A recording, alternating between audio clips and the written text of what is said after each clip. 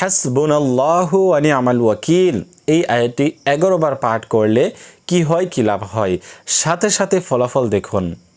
সম্মানিত দর্শক, আজকের এই আমলটি খুবই গুরুত্বপূর্ণ হতে যাচ্ছে, কারণ আমরা শিখতে যাচ্ছি হাসবুনাল্লাহু ওয়া নি'মাল ওয়াকিল। এই আয়াতটি শুধুমাত্র আপনি 11 বার পাঠ করবেন। এরকম সময়ে বলে দিব যে সময়ে আমল করলে আল্লাহ তাআলা অবশ্যই আপনার মনের আশা পূরণ করবেন, আপনার দোয়া কবুল করবেন, এবং এই আমলটির দ্বারা আপনি কী কী লাভ হয় জানলে অবাক হয়ে যাবেন। তো আজকের এই আমলটি হচ্ছে হাসবুনাল্লাহু ওয়া নি'মাল ওয়াকিল। এই আয়াতটি দিয়ে আপনি আমলটি করতে হবে। তো সেই জন্য আমাদেরকে কি করতে হবে, প্রথমে এই আয়াতটি শিখতে হবে।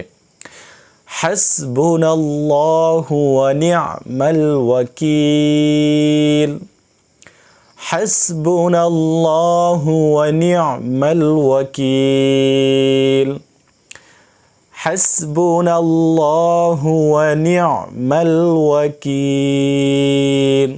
এখানে আমি যেভাবে পাঠ করেছি আপনাদেরকে হুবহু ওইভাবেই পাঠ করতে হবে। হ্যাঁ, এখন কথা হচ্ছে এই আমলটি আপনারা কোন সময় করবেন, কিভাবে করবেন। সময়টা হচ্ছে, আপনাদেরকে আমি সময়টা বলেছি, সময়টা হচ্ছে ফজরের নামাজ আদায় করে। ফজরের নামাজ আদায় করে আপনি ওই জায়গায় বসবেন, বসে প্রথমে 3 বার ইস্তিগফার পাঠ করবেন, আস্তাগফিরুল্লাহ আস্তাগফিরুল্লাহ আস্তাগফিরুল্লাহ। তারপর 3 বার দুরূদ শরীফ পাঠ করবেন, আল্লাহুম্মা সাল্লি আলা মুহাম্মাদি ওয়া আলা আলি মুহাম্মাদ কামা সাল্লাইতা আলা ইব্রাহিম ওয়া আলা আলি ইব্রাহিম ইন্নাকা হামিদুম মাজিদ।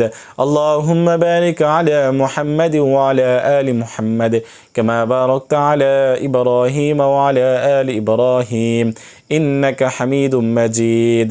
দুরূদ শরীফ পাঠ করবেন। পাঠ করে আপনারা যারা এই দুরূদ শরীফ পারেন না, তারা শুধুমাত্র সাল্লাল্লাহু আলাইহি ওয়াসাল্লাম পাঠ করে নেবেন। তারপরে আপনাদেরকে হাসবুনাল্লাহু ওয়া নি'মাল ওয়াকিল কতবার, 11 বার পাঠ করতে হবে। পাঠ করে আপনি শেষে 3 বার দুরূদ শরীফ পাঠ করবেন। এই হচ্ছে আমল। এই আমলটি করে আপনি চাইলে 2 হাত তুলে আল্লাহ তাআলার কাছে দোয়া করতে পারেন। আল্লাহ তাআলা আপনার দোয়া কবুল করে নেবেন। সুবহানাল্লাহ। আপনি দোয়ার মাধ্যমে যা চাইবেন আল্লাহ তাআলার কাছে, আল্লাহ তাআলা তাই দান করবেন। তো শর্ত হচ্ছে আপনাকে অবশ্যই আমলটি সহিষ্ণুতা করতে হবে এবং আল্লাহ তাআলার উপর বিশ্বাস এখানে রেখে আমলটি করতে হবে। আপনি প্রথম দিন আমল করলে যে সাথে সাথে ফলাফল পেয়ে যাবেন এরকম কিছু না, ধৈর্য সহকারে আপনাকে আমলটি করে যেতে হবে।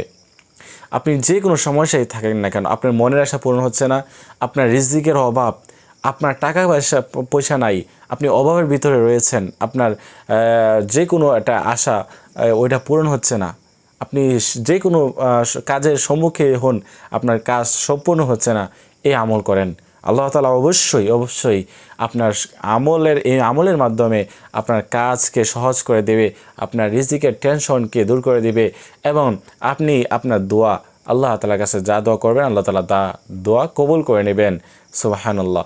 তো এই যে হাসবুনাল্লাহু ওয়া নি'মাল ওয়াকিল, এই আয়াতটির মাধ্যমে আপনারা আমল করার চেষ্টা করবেন। সকলেই সহিহ শুদ্ধভাবে শিখে আমল করার চেষ্টা করবেন।